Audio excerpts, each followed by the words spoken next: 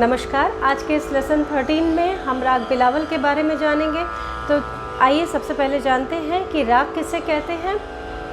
राग जो है वो इंडियन क्लासिकल म्यूज़िक की फाउंडेशन है। इंडियन क्लासिकल म्यूज़िक की जो फाउंडेशन है वो रागों पर ही रखी गई है।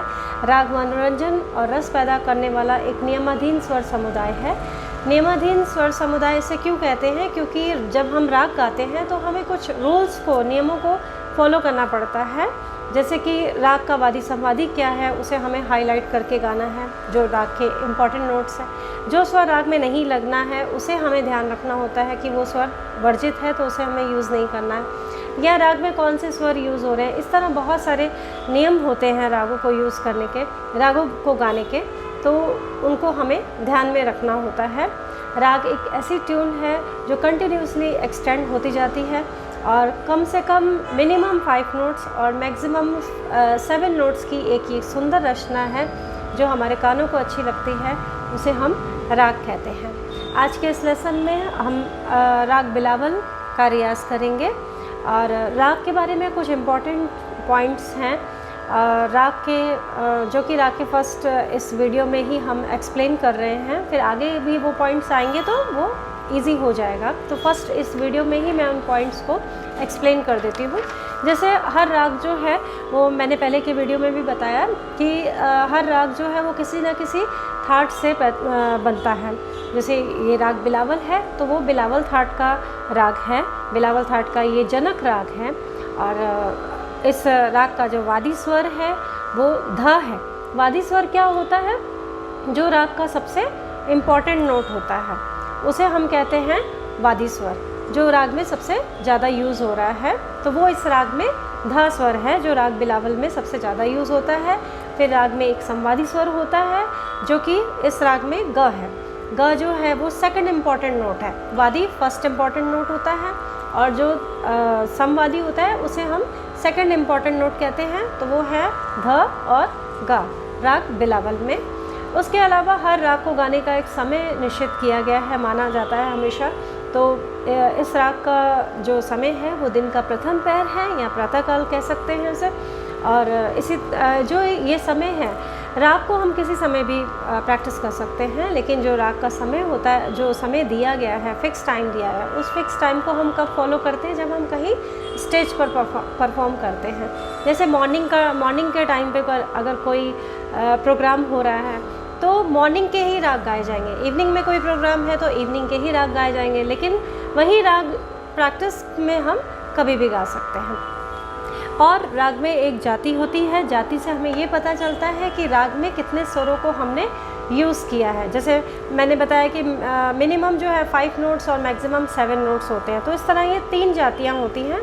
एक जिस राग में 5 स्वर होते हैं तो उसकी जाति होती है ओडव होती है, और अगर जिस राग में 6 स्वर यूज़ किए जाते हैं तो उनकी जाति षाडव होती है। और अगर राग में सभी स्वर यूज़ हो रहे हैं, 7 स्वर लग रहे हैं, तो उस राग की जाति जो है वो संपूर्ण होती है। तो इस तरह राग बिलावल की जो जाति है वो संपूर्ण है, क्योंकि राग बिलावल में सभी स्वर लगते हैं, कोई भी स्वर वर्जित नहीं है और इस राग के सभी स्वर जो हैं वो शुद्ध हैं।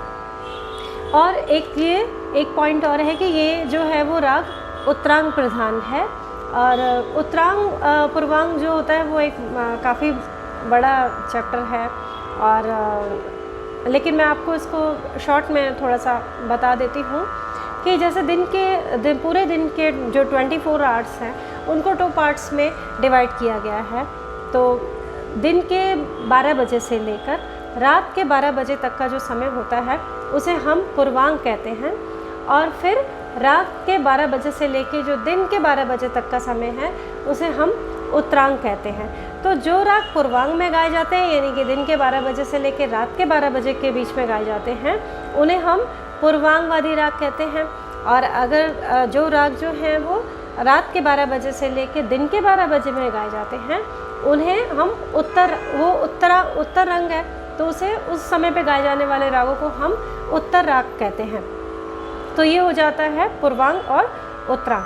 अब ये जो जिस तरीके से पूरे दिन के जो 24 आवर्स हैं उनको 2 पार्ट्स में डिवाइड किया गया है, इसी तरह सप्तक के जो 7 सुर हैं उनको भी 2 पार्ट्स में डिवाइड किया गया है। उसमें हम ऊपर का जो सा है, तार सप्तक का सा, उसे भी ऐड कर लेते हैं तो हमारे पास 8 स्वर हो जाते हैं।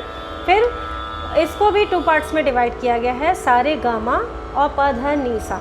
एक्चुअली जो म और प है वो दोनों में ही माना गया है, सा रे गा मा प हो जाता है और मा प ध नी सा, ये इस तरीके से 2 पार्ट्स में इनको डिवाइड किया गया है।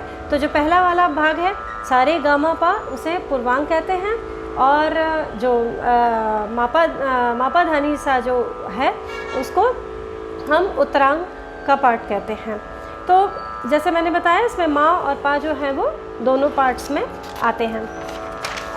अब जैसे कोई राग जो है वो पूर्वांग में गाया जाता है, पूर्व राग है, यानी कि दिन के 12 बजे से लेके वो रात के 12 बजे के बीच में गाया जाता है, तो उन रागों का जो वादी स्वर होता है वो सप्तक के पूर्व अंग में होता है, यानी कि सा रे गा मा पा में से कुछ होगा।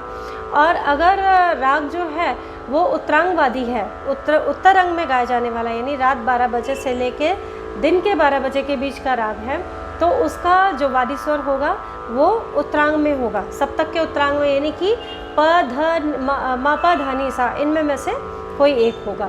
तो अगर वादी पूर्वांग में है तो समवादी जो होता है वो उत्तरांग में होता है, और अगर वादी स्वर जो है वो उत्तरांग में है तो उसका समवादी स्वर जो होता है वो पूर्वांग में होता है। इसलिए आपने देखा होगा कि जो वादी संवादी जो होते हैं वो कभी भी 2 क्लोज नोट जो होते हैं वो वादी संवादी नहीं होंगे, जैसे कि रे और ग वादी संवादी नहीं होगा, माँ और पा जो है वो वादी संवादी नहीं होगा। हमेशा वादी संवादी स्वरों में 2-3 स्वरों की डिस्टेंस होती है। जैसे सा वादी है तो संवादी क्या होगा, प हो सकता है, माँ हो सकता है, रे है तो वो धा होगा या प हो सकता है, अगर ग है तो वो नी होगा या धा होगा। तो इस तरीके से वादी संवादी नोट्स जो होते हैं उसमें 2-3 स्वरों की डिस्टेंस इसलिए होती है क्योंकि एक अगर पूर्वांग में है तो दूसरा जो होता है वो उत्तर अंग में होता है। तो इस तरह वादी संवादी, अगर आपको किसी राग का वादी संवादी अगर मालूम है तो आप उस राग का समय जो है कि वो दिन के किस अंग में गाया जाने वाला राग है उसे आप फाइंड आउट कर सकते हैं वादी संवादी के थ्रू। तो ये हो जाता है रागों में कुछ ध्यान रखने वाले पॉइंट्स हैं। तो चलिए करते हैं राग बिलावल का रियाज। तानपुरे पर पिच जो है वो आज ए रहेगा, क्योंकि थोड़ा सा गला जो है वो भारी हो रहा है कोल्ड की वजह से, तो पिच जो है वो ए रहेगा। तो सबसे पहले हम इसमें आरोह, अवरोह और पकड़ को गाएंगे। आरोह क्या होता है, जब स्वर कैसे राग में स्वर नीचे से ऊपर की तरफ जाएंगे, इसे हम आरोह कहते हैं। फिर ऊपर से हमें नीचे की तरफ कैसे आना है वो अवरोह होगा, यानी डिसेंडिंग ऑर्डर ऑफ नोट्स। और उसके बाद फिर उसकी पकड़ है। पकड़ से हमें ये पता चलता है कि हम राग को पकड़ सकते हैं। पकड़ जो है वो राग को आइडेंटिफाई कराती है हमें। ऐसा ग्रुप ऑफ नोट्स होता है जिससे हम राग को पकड़ सकते हैं, उसे आइडेंटिफाई कर सकते हैं। तो कैसे गाएंगे आरोह, अवरोह, पकड़ को। सा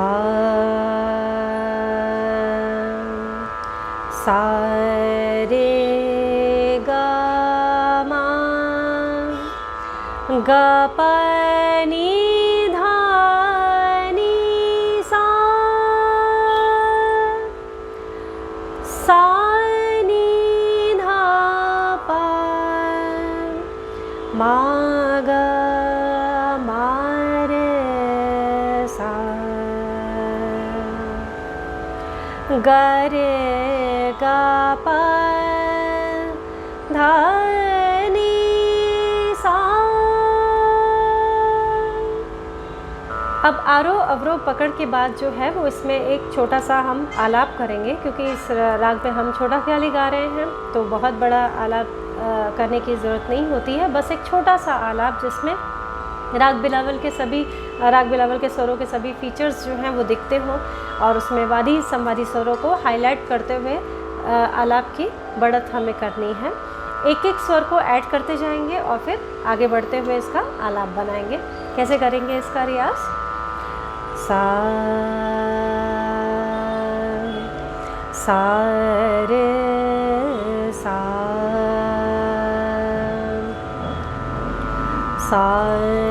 ने सा सा नि धा धा नि धा सा सा नि धा पा पा धा धा पा पा धा नि धा सा सा रे ग रे सा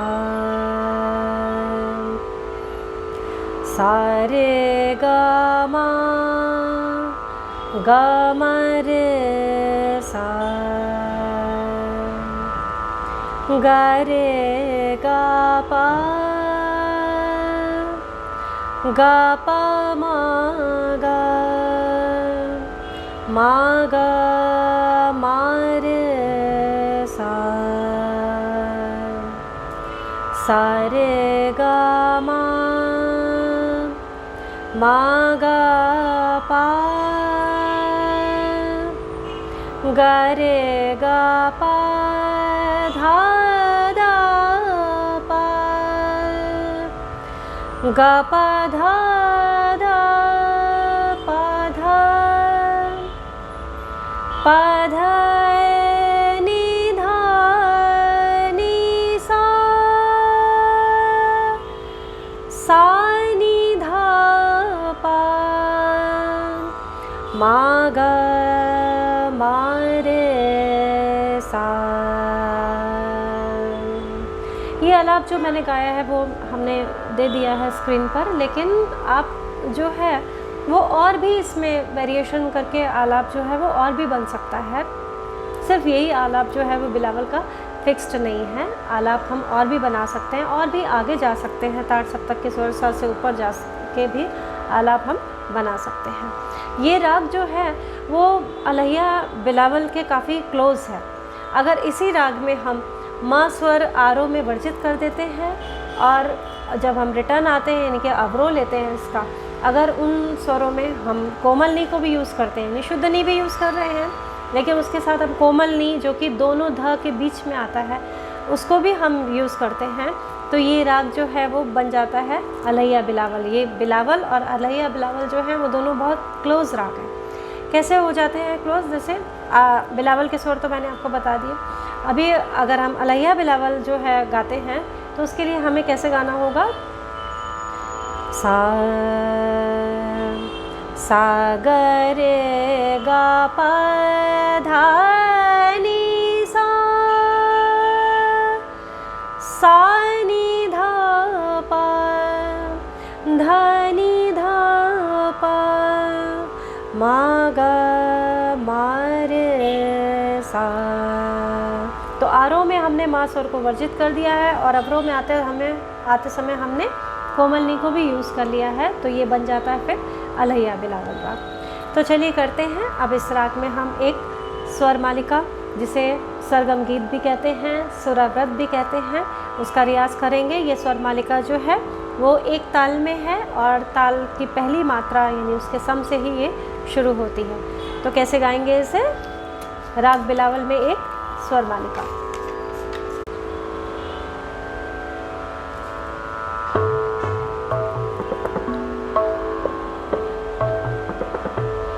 धिन धिन धागे तिरकट तूना कत्ता धागे तिरकट धीना सानी धनी सा सारे सानी धा प सानी धनी सा सारे सानी धा प मा ग मा रे ग मा प ग मा रे सा नि सा ग रे सा नि ध ध सा रे सा ग मा ग रे ग मा प ग मा रे सा सा नि ध नि सा सा रे सा नि ध प सा नि ध नि सा सा रे सा नि ध प प प ध नि सा सा रे ग रे सा प प ध नि सा सा रे ग रे सा सा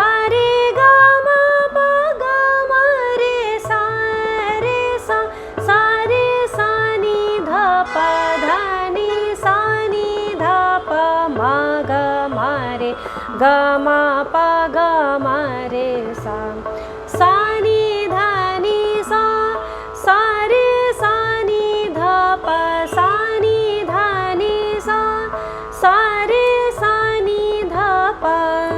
तो इस तरह इस स्वर मालिका को हम रियाज करेंगे। और इस स्वर मालिका में पहले हमने स्थाई गाया था और फिर हमने अंतरा गाया। स्थाई जो होता है वो किसी भी गीत का पहला भाग होता है, उसे हम स्थाई कहते हैं, और किसी भी गीत का जो दूसरा भाग होता है, सेकंड पार्ट होता है, उसे हम अंतरा कहते हैं। तो इस तरीके से इस स्वर मालिका के स्थाई और अंतरा को हम प्रैक्टिस करेंगे। तो स्वर मालिका के बाद अब हम एक बंदिश का रियाज करेंगे। बंदिश क्या होती है? बंदिश जो है वो जो भी चीज़ें हम राग में गा रहे हैं, जैसे सरगम कर रहे हैं या आलाप गाते हैं, ताने गा रहे हैं, बोल ताने होती हैं, वेरिएशंस होते हैं, इन सारी चीज़ों को बांध कर रखना जो है वो बंदिश का काम है। तो बोल और स्वर से बंधा हुआ ये एक गीत होता है और इसको हम बंदिश कहते हैं। इस राग में हम एक छोटे ख्याल की बंदिश प्रैक्टिस कर रहे हैं, जिसे हम रज़ा खानी गद भी कहा जाता है। ये बंदिश जो है वो 3 ताल की 13th मात्रा से स्टार्ट होती है। जैसे कि इस बंदिश का फर्स्ट लाइन का बोल है तू ही आधार, तो तू ही जो है वो 13th मात्रा से स्टार्ट होगा और आधार पे इसका सम आ जाता है। तो कैसे करेंगे इसे? तो सबसे पहले बंदिश की हर एक लाइन को हम स्वर में प्रैक्टिस करेंगे और उसी लाइन को फिर हम बोल में गाएंगे। सभी लाइनों को इस तरीके से पहले रियाज कर लेंगे और बाद में फिर बंदिश को मैं पूरा एक साथ बोल में गाकर बता दूंगी।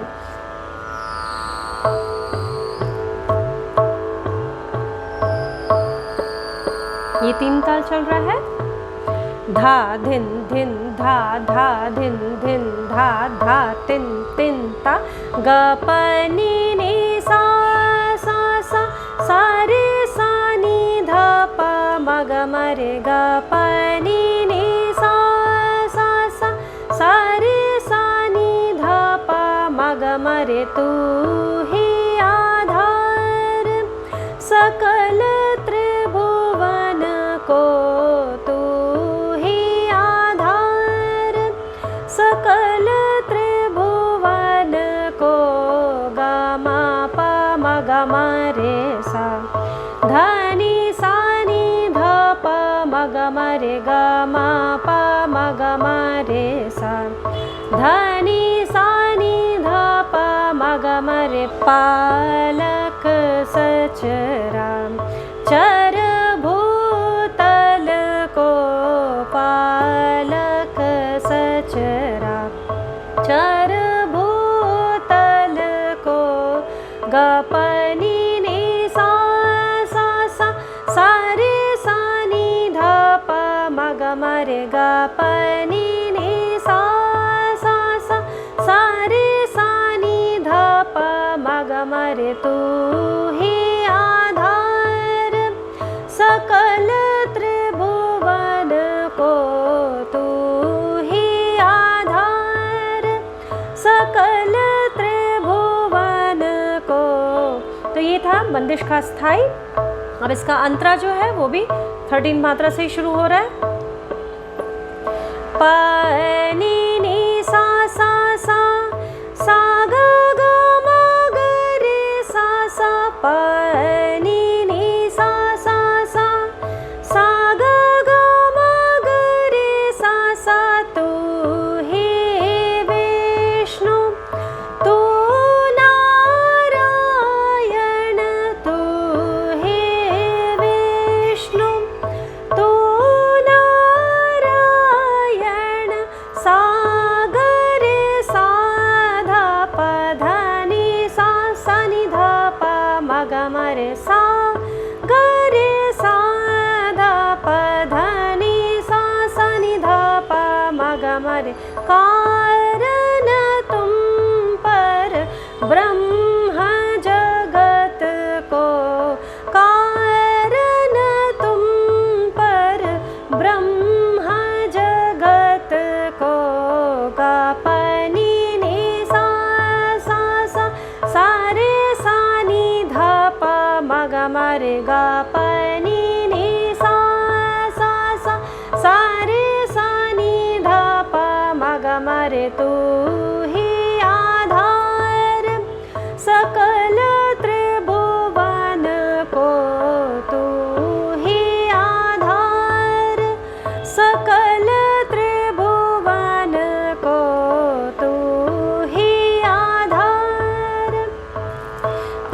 देखते हैं इस बंदिश को पूरा बोल के साथ हमें कैसे प्रैक्टिस करना है।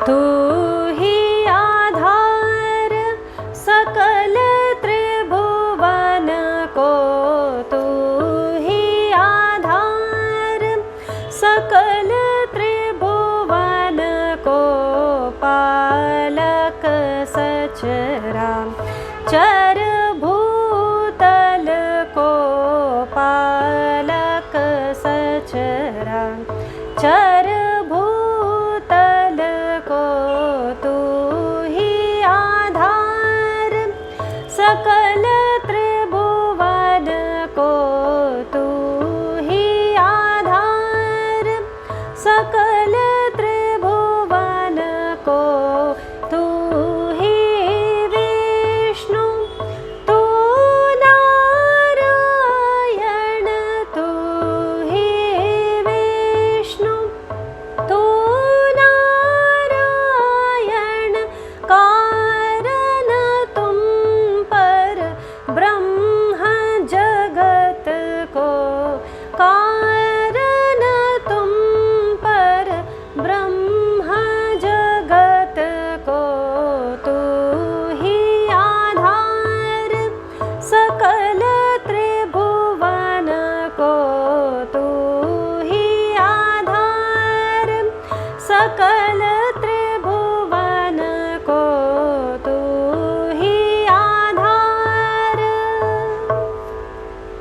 तो इस तरह आज जो हमने इस लेसन में स्वर मालिका सीखी है और छोटे ख्याल के बंदिश सीखी है, आप उसे अच्छे से रियाज कर लें। आगे इसमें आलाप और ताने हैं, जिसे हम इस लेसन का जो सेकंड पार्ट है उसमें सीखेंगे कैसे इसके आलाप और तान को हमें बनाना है। और ये साथ में ये भी देखेंगे कि इस राग में कौन से फिल्मी सॉन्ग्स हैं या भजन हैं, उसे भी डिस्कस करेंगे। और अपने डाउट्स को आप कमेंट बॉक्स में लिखते रहें। इस लेसन का जो PDF है वो नीचे डिस्क्रिप्शन बॉक्स में दिया हुआ है। आज के इस लेसन में इतना ही। नमस्कार।